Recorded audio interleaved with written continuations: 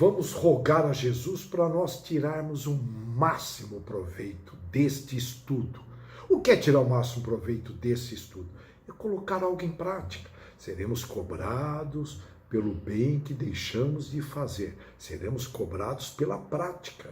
Senão o planeta Terra seria uma grande biblioteca, todo mundo estudando. Não, nós viemos aqui para praticar. Para praticar. Pelo amor de Deus, espíritas, pratique. Tem muita gente que sabe muito, mas pratica muito pouco. Sabe muito, mas pratica. Sabe teoricamente, porque sabedoria é teoria e prática. Nós vamos estar analisando, estudando, ou melhor dizendo, todo cuidado no olhar é pouco. Isso é baseado no texto de Emmanuel, do livro Chico Xavier, O Pão Nosso, texto 169, Olhos. Vai ser baseado em cima desse estudo, desse texto do Emmanuel. Então vamos lá. Tá lá no Pão Nosso. Olhos cheios de adultério constitui rebelde e enfermidade em nossas lutas evolutivas. Vamos lá, vamos levantar. Adultério, em termos jurídicos, trata-se de uma violação, uma transgressão de regras na questão da fidelidade conjugal aos cônjuges, considerando ali o contrato matrimonial. E o princípio é bem simples, consiste em não se manter em relações carnais fora do casamento. No Antigo Testamento, adultério significa relações sexuais ilícitas entre as pessoas casadas. A palavra adultério e outras derivadas aparecem 34 vezes no Antigo Testamento. Não é por mero acaso. Nesse caso, o homem é considerado adúltero, mesmo que ele não seja casado, bem como a mulher é considerada também. Além de quebrar a união matrimonial, ele é encarado, quando o adúltero é casado, como uma ofensa ao marido da amante. E quando a adúltera é casada, como uma ofensa ao seu próprio marido. Ofende o outro. Também ele é definido como uma atitude contra Deus. Isso está em Jó 31:11. Contra a sociedade, como uma desonra a Deus, ao colocar a vontade humana sobre a vontade divina. Um ato de rebeldia por meio de destruir a própria reputação. E um jeito, logicamente, de prejudicar a mente. Porque a consciência pesada afeta em tudo, em todas as saúdes, física, mental, espiritual, enfim. Os olhos, tá lá, os olhos cheios de adultério. Reparem bem, os olhos cheios de adultério constituem rebelde enfermidade em nossas lutas evolutivas. Lutas evolutivas. Só aí já daria uma conversa enorme. Enfermidade por quê? Vamos refletir em cima da palavra enfermidade. Porque provoca desequilíbrios nos nossos centros vitais. Principalmente no chakra do prazer. No centro vital do prazer, que é o segundo de baixo para cima. Segurança, o segundo é o prazer. Lá no perispírito, bem como pesa na consciência e, consequentemente, abrem brecha, sim, para os irmãos inferiores, com maior respeito, conquistarem espaço na influenciação. Além do mais, a lei da ação e reação, em questão de tempo, atua. A lei da ação atua. Fora a questão de novos inimigos que vamos gerar. Já pensou? Um ato impensado, podemos usar esse termo, impensado, não foi bem pensado, é para refletir, depende aí do número de reencarnações, depende do estágio intelectual e moral que a pessoa se encontra. Só tem desvantagens, cá entre nós, eu não vejo vantagem nesse sentido. Portanto, a prática do adultério é proveniente, cá entre nós, de falta de maturidade espiritual. Já no Novo Testamento, está lá o assunto discutido em Mateus 5, 27 e 28, o texto diz o seguinte: mas eu digo a vós que qualquer um que olhar para uma mulher para cobiçá-la, já tem cometido adultério com ela em seu coração. Olha só, hein? A palavra cobiçar, ela aparece 16 vezes no Novo Testamento. Portanto, Jesus se refere nesse caso uma ausência de fidelidade que aí logicamente envolve desejar uma mulher casada ou comprometida sem consumar o adultério. Está lá o departamento de desejo, só de desejar. A infidelidade cá entre nós, é um sintoma de um problema muito mais grave. É sinal de que algo está errado no seu relacionamento familiar. É nesse momento de fraqueza que a ausência do bem ataca. A ausência do bem, pum, ataca. Porque ela está ali, vigilante, 24 horas ou mais, né? Falou mais, lógico, no bom sentido. O rei Davi chegou a esse momento de fraqueza, pois ele estava preocupadíssimo com o destino da nação, que estava em guerra na época, sua mente estava cheíssima de problemas. Foi o tentador que havia sugerido o pecado, o tentador ali, a tentação, e Davi devia havê-lo apartado como um retira-te de mim, Satanás. Ele usa esse termo, vou repetir, retira-te de mim, Satanás. Isso está em Marcos 8,33. Eu vou repetir, olha, retira-te de mim, Satanás. Você vê que o poder está em nós, aqui não. Eu costumo dizer, aqui não. Se, portanto, em qualquer momento você se sentir atraído ilicitamente perante alguém, por alguém, leve de imediato tais sentimentos ao Senhor em oração, porque aí você vai estar elevando a frequência, e não se detenha até ter a certeza de estar completamente liberto. E é muito comum usar. Esse pensamento não me pertence, não só nessa questão, mas em todas as questões. Esse pensamento não me pertence, aqui não. Desde o início da revolução sexual, lá dos anos 60, que eu acompanhei de perto, era jovem, adolescente, mas acompanhei de perto, o adultério tem crescido em larga escala no mundo. Tem crescido. Eu acompanhei de perto, Revolução Hippie, eu era ingênuo na época, mas já estava percebendo o que estava rolando. Olha, e até essa questão do adultério, ele, de alguma forma, existe uma pressão para a inversão desses valores. E até o fato de deixar de ser um ato vergonhoso para se tornar uma atitude aceita e comum. Tem muitas comunidades que acham isso comum. Essas práticas adúlteras vão tomando proporções incríveis.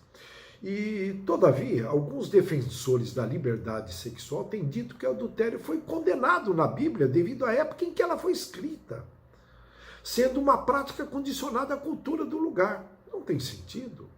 Ali é o nosso manual do proprietário, a Bíblia. Não tem sentido essa conversa. Outros dizem que Deus, por ser um Deus de amor, não leva em conta o pecado do adultério, devido ao fim da lei do Antigo Testamento, através da morte de Cristo na cruz. Olha que absurdo.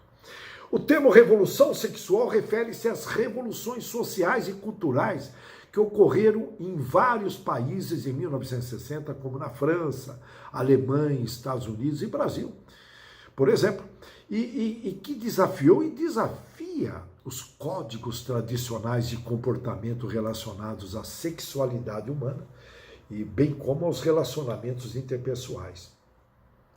A liberação sexual, ela inclui uma maior aceitação do sexo fora das relações tradicionais, principalmente do casamento. A contracepção, por exemplo, a pílula, a nudez em público e outras formas aí alternativas de sexualidade que vão criando. Eu nem falei na Deep Web, hein? Meu Deus, eu nunca entrei, não tenho coragem, mas você não imagina o que rola ali. E a legalização do aborto.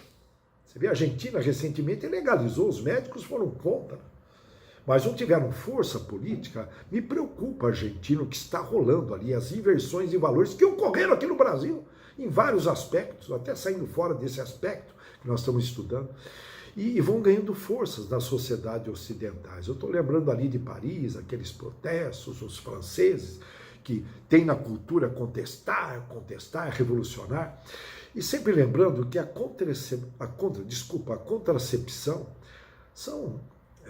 é um método, ou são métodos, podemos usar melhor assim, e até dispositivos usados para prevenir uma gravidez. Reflita, hein? Nós estamos falando ali de vidas. A escolha, a disponibilidade e mesmo a forma de utilizar esses contraceptivos, de alguma forma estão aí influenciando no planejamento familiar. Temos que refletir, é delicado. A expressão revolução sexual, ela tem sido utilizada pelo menos desde o final da década do século passado, 1910, da década de 1910, e muitas vezes ela acaba sendo atribuída ter sido influenciada pelos estudos de Freud sobre liberação sexual e questões psicossexuais.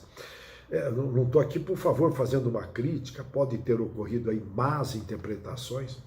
E essa liberdade sexual, ela foi sendo explorada pelo grande capital, olha aí, os interesses econômicos, que procurou lucrar numa sociedade muito mais com a mente aberta, é o termo utilizado, com o advento desta pornografia pública, e até da pornografia, como os americanos chamam de hardcore, algo feito de uma forma extrema. E aí eu vou contar algumas experiências que eu vivenciei. Tá? Eu vou chamar de situação 1. Eu me formei em engenharia e fui para o Rio de Janeiro, na Marinha de Guerra, isso em 1980, e nas primeiras semanas eu levei um susto, porque em algumas praias era comum as moças de topless. Em 1980 eu sou testemunha visível, falei, o que está acontecendo aqui? E eu dizia para os colegas da Marinha, que eles achavam eu até ingênuo, rapaz do interior do estado de São Paulo, os cariocas, esperto, né? Aquela conversinha, tenho 20 anos de beira de praia, aquela conversa de carioca. E eles falavam, pô, ingênuo do interior do estado de São Paulo. E eu dizia, na minha terra isso não é comum. As moças, elas são mais corretas, direito. Falava eu, ingênuo, né, também. Não estou aqui criticando nem de um lado nem de outro, mas lá rolava topless, eu vi. Situação 2, mesmo nas primeiras semanas, fui numa festinha em Botafogo. Festinha não, era uma reunião de amigos, né, de um amigo de Bauru que estava morando no Rio, em Botafogo. E lá, de repente, uma moça que morava no mesmo prédio, vizinha dele, me abordou e falou, eu gostei de você, eu vou ficar com você. Eu estava solteiro. Eu olhei assim, levei, até me surpreendeu, né? Eu vou ficar com você. E papo vai, conversa. Essa moça é aeromoça, a função dela é aeromoça. E papo vai, papo vem, de repente um interfone toca. Ela vai atender, olha, para você, ela foi atender e volta com a cara fechada para mim e falou, olha, esquece o que eu falei. Por quê? O meu marido chegou. Eu falei, como assim, você é casada? Ela tinha mais ou menos a minha idade, 26, 27 anos. Você é casada? Ela falou, eu sou. Eu falei, caramba, como assim? Dá para imaginar minhas primeiras semanas do Rio. Eu considero o Rio capital da luxúria brasileira. Lógico que deve ter outras cidades aí, mas eu considero, pela minha vivência, conheço o Nordeste, conheço outras cidades praianas. O Rio de Janeiro me assustou, viu? Não que eu seja uma pessoa, eu estou evoluindo, não que eu seja evoluído moralmente, não sou, mas me assustou. Eu costumo dizer que é a Corinto brasileira, naquela época de Coríntios, que Paulo mandou ali cartas, né? Enfim, eu fiquei pensando, falei, como que foi a educação dessa moça, a cultura carioca, os pais, a escola, enfim. E ela percebeu que a minha reação não foi nada normal. Eu falei, meu Deus. Situação 3. Numa época atrás, era muito comum fumar e ter várias namoradas. Os filmes, a cultura, a arte sempre influenciando, arte. E eu lembro dos filmes do James Bond, ele fumando e com várias namoradas. Então era o sonho do jovem na época, eu quero ser igual James Bond. Nós éramos ingênuos, né? E, enfim, os valores, dá para imaginar, né? E de lá para cá a sociedade evoluiu muito, viu? Nós temos que agradecer. E aí eu vou trazer uma situação 4, que ocorre quando a gente dorme. Tem gente que não se prepara bem antes de dormir. Eu sou espírita, tá? Mas não se prepara, vacila, fica ali com o celularzinho na mão, cheio de propaganda subliminar que os olhos não percebem, olha os olhos aí, não percebem, mas a mente capta. São os tais de incubos e sucubos que o Santo Agostinho já havia alertado. São considerados demônios. Isso é de tradições culturais, que eles buscam mulheres e homens para sexo. Lá, conforme nós dormimos, no plano espiritual ao redor da Terra. E qualquer tipo de demônio pode assumir esse papel. Sucubos, eles tomam forma feminina para atacar os homens durante seu sonho, formas bonitas, femininas, enquanto que incubos fazem o contrário, tudo bem? Então, sucubos, forma feminina, e incubos, forma masculina. Todos bonitos, bonitas, bonitos. E o objetivo deles é roubar a energia vital da vítima, dos despreparados. Dormem, não se preparam para ir para o plano espiritual. Ingenuidade. E de repente aparece lá como uma ex-namorada, aquele caso que não ficou bem resolvido no passado, e acaba colocando chips, enfim, leva para determinados ambientes. São irmãozinhos das trevas. Os primeiros relatos sobre essas entidades surgiram lá na Mesopotâmia por volta de 2400 a.C. Olha, é uma história antiga. E esse mito foi ganhando popularidade na Idade Média, a Idade das Trevas, quando as mulheres foram acusadas de encontrar demônios durante a noite e de praticar bruxaria em troca. Lembrando que a Idade Média, durante esse período da Inquisição, século V ao século XV, foi proibido todo tipo de prazer. Olha que interessante, foi proibido. Então, durante a noite, as pessoas tinham sonhos. Enfim, vamos para a situação 6. Eu conheci um africano de Camarões, que o pai dele tinha 7 mulheres. E eu fiz aquela pergunta que todo mundo queria fazer. Você sabia quem que era sua mãe? Perguntei para ele. Ele sorriu e falou, eu sabia. Então dá para imaginar um camarada desse, vindo para outras culturas, ele vai achar normal. Interessante, isso aí dá uma conversa enorme, hein?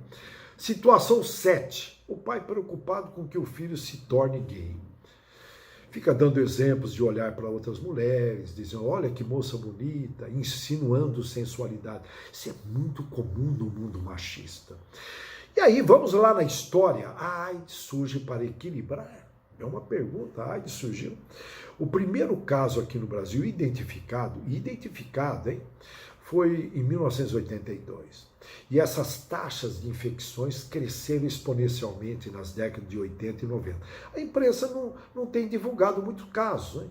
Hoje só se divulga, só se morre de uma forma, só tem um determinado problema. Lógico que evoluiu muito, né? A AIDS trouxe aí elementos de cura, enfim, trouxe medicamentos que curam, né? Graças a Deus. Mas isso deu uma segurada nessa tal da libertação sexual, essas provocações que ocorreram nesses últimos anos. E eu acredito que essa mobilização trouxe realmente eu não tenho dúvida, um equilíbrio nisso tudo, viu? Caminhou um pouquinho mais para o equilíbrio. Mas as forças nesse sentido continuam, porque os irmãozinhos estão aí. Os irmãozinhos que estão no plano espiritual inferior estão aí, nos cutucando para se perder, criando estratégias novas. Resumindo o nosso estudo até o prezado momento, com algumas hipóteses, logicamente, nós estamos trazendo hipóteses, são hipóteses, da mesma forma que eu acredito que a ciência está dando saltos quânticos nos dias atuais, devido à paralisação dos desenvolvimentos científicos que ocorreram durante a Idade das Trevas, né, da Idade Média, século V, século XV, repetindo, a liberdade sexual, ela trata-se também de uma reação a tudo isso, essa proibição que ocorreu naquela época. E a gente sabe que todo excesso é veneno. Passa-se por escassez, depois excesso e a gente caminha para o equilíbrio. Eu fico muito preocupado nesse processo evolutivo com o que aconteceu na educação brasileira nesses últimos 30 anos. Além do nível baixo, em várias disciplinas, o sexo foi levado de uma forma muito equivocada para crianças, na tenridade. Tem um filho de um amigo, agora tem um segundo amigo que trouxe o mesmo problema, que o filho, a criança aí, 11, 12, 13 anos, está perdida, não sabe dizer se é homem, se é mulher, se é bissexual, e as clínicas psicológicas estão cheias. Bagunçaram a cabeça dessa moçada aí, viu? E nós vamos ter que corrigir. Com o maior respeito, vamos ter que corrigir isso, é uma herança a ser corrigida, hein? Tem um momento certo para ser colocado isso de uma forma inteligente. Eu sinto que vacilaram aí, ou mal intencionado, ou ingenuidade. Nós não vou entrar nesse campo, mas não vai ser fácil, viu? Lesões ficaram aí, nós vamos ter que corrigir isso rapidinho. E lá, voltando lá no livro Pão Nosso, tá lá, Raros homens se utilizam dos olhos por lâmpadas abençoadas e poucos os empregam como instrumentos vivos de trabalho santificante na vigília necessária. Na realidade, os olhos captam a realidade, né? Lembra, a mente é o espelho da vida. Os olhos captam e essa informação passa pelo departamento de desejo. Eu estou comparando aqui com uma organização empresarial. Passa pelo departamento de desejo, vai para o departamento de imaginação, passa pelo departamento de memória, passa pela inteligência e a vontade devolve, como uma energia mental, um pensamento, um sentimento, uma palavra, uma ação, tudo coordenado pela vontade. Então, vamos lá, atração. Ter uma atração, até então não tem problema. Por quê? Nós somos programados, eu estou usando o termo programado com o maior respeito, somos programados para detectar estímulos bonitos. Embora o conceito de beleza varia para cada um de nós, né? Desse modo, facilmente somos atraídos por aquilo que consideramos belo. É a admiração inicial por alguém, que pode ser por os olhos, boca, enfim, ou o desempenho que alguém demonstrou na execução de uma tarefa, uma prática do esporte, tocar um instrumento, uma intelectualidade, ou ainda até a forma que se veste, a elegância. Logo, a atração não passa deste ponto. Agora, se passar, já podemos considerar que é o departamento de desejo atuando fortemente, com influências ou não, com a nossa cumplicidade ou não. E no momento em que a atração inicial causou algum impacto, olha o desejo, o departamento de desejo, e pode-se dizer que passamos a desejar aquele objeto, o departamento, ele determina isso, e aí a vontade passou a desejar, opa, já teve um início aí, esse indivíduo está exposto a esse estímulo, e ele começa a fantasiar. Nessa fase, os pensamentos, sentimentos, eles começam a criar intensidade para se aproximar deste objeto desejado. E aí, a partir daí, segundo o Velho e o Novo Testamento, já passa a ser pecado. Né? Como blindar o departamento de desejo? É o tal do autocontrole. Aí que entra a tal da temperança. Temperança é autocontrole, é a renúncia, é a moderação. A temperança, ela domestica esses instintos e ela trabalha essas questões da paixão e nos ajuda a moderar os impulsos e apetites nessa linha. Agir com temperança é abrir caminhos para a sobriedade. Em outras palavras, é utilizar o autocontrole. Eu preciso de autocontrole para ter autoconfiança. E antes do autocontrole, autoconhecimento. Por isso que a gente tem que estar sempre vasculhando o departamento de desejo, de imaginação, principalmente de desejo, que ele corre o risco de dar um golpe de Estado na vontade. A vontade que é a grande administradora, a gestora de todos esses departamentos. E aí nós temos que investir muito em autoconhecimento. Conhecer nossos pontos fracos e fortes de cada um desses departamentos. E analisar o que é automatismo, ameaças, oportunidades. Isso sim que é autoconhecimento. Isso sim que é vigiar os pensamentos e sentimentos. E considerando isto, eu vou trazer aqui alguns textos que eu puxei do Novo Testamento. Cada um saiba controlar, eu não vou citar o capítulo, versículo, que carta, não, mas eu só vou citar rapidamente. Olha, cada um saiba controlar seu próprio corpo de maneira santa e honrosa, não dominado pela paixão de desejos desenfreados, como os pagãos que desconhecem a Deus. Está lá em Timóteo, eu não vou entrar em detalhes. Temperança é dominar as tentações sensuais. Está em Gênesis 4:7, eu não ia citar, mas eu acabo citando. Domínio de controlar os próprios desejos. A maioria das criaturas trata de aproveitar, aí está no pão nosso. A maioria das criaturas trata de aproveitá-los à frente de quaisquer paisagens, na identificação do que possuem de pior. Homens comuns habitualmente pousam os olhos em determinada situação apenas para fixar os ângulos mais apreciáveis aos interesses inferiores que lhe dizem respeito. Somente nós brasileiros fomos doutrinados, né? Eu digo de maneira geral, hein? Por favor, tem as exceções. E se atravessa um campo e não lhe anotam a função benemérita nesse quadro da vida coletiva, e sim a possibilidade de lucros pessoais imediatos que lhes possa oferecer. Em resumo, vou resumir. Está lá no Pão Nosso, mas eu vou resumir, sem entrar muito em detalhes. Estamos num planeta de prova e expiação. E aqui não tem vítimas. Somos todos grandes devedores. Tudo isso está dentro do processo evolutivo. Orgulho, egoísmo predominando. Isso me faz lembrar também, estou lembrando agora de um companheiro de camarote lá da Marinha de Guerra, que toda manhã comentava suas proezas com as várias namoradas. Lá no Rio de Janeiro, eu estou trazendo o Rio de Janeiro com o maior respeito. E ele se vangloriava, fazia questão de exibir, e mesmo lá na Marinha de Guerra, as musiquinhas que a gente cantava praticando esportes, nós corrimos 16 quilômetros todos os dias, portanto tinha uma pressão, muitas motivações para a gente buscar uma vida sexual intensa. E aí a gente cai nas 3 palavrinhas que são necessárias: sexo, dinheiro e poder. Essas 3 famosas palavras que fazem muita gente desperdiçar reencarnações.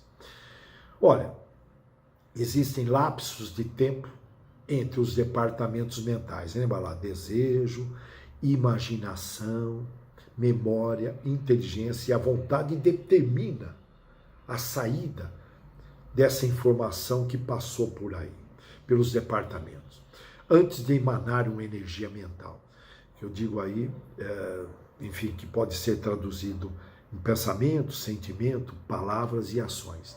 E é nesses espaços de tempo que ocorrem as influências externas e internas, nossas também. Cabe aqui um autocontrole, a gente treinar esse tal do autocontrole. O homem cristianizado, que são poucos, já aprendeu em várias reencarnações através de extremos nas vivências. Extremos, escassez, abundância. Lembrando que a sabedoria, nós já comentamos no início, é teoria e prática. Por isso, existe a reencarnação. Para a gente, olha, a reencarnação está aí, na prática. Senão, nós ficaríamos aí muito na teoria. As tentações, elas vêm para nos provocarmos, para nós analisarmos, autoanalisarmos, os irmãos que estão contribuindo para também analisar e contribuir para a nossa evolução. Eu acredito que o cristianizado tem todos os chakras, o que está cristianizado, eu digo aí, esse espírito evoluidíssimo, conforme Cristo sugere, ele tem todos os centros vitais equilibrados.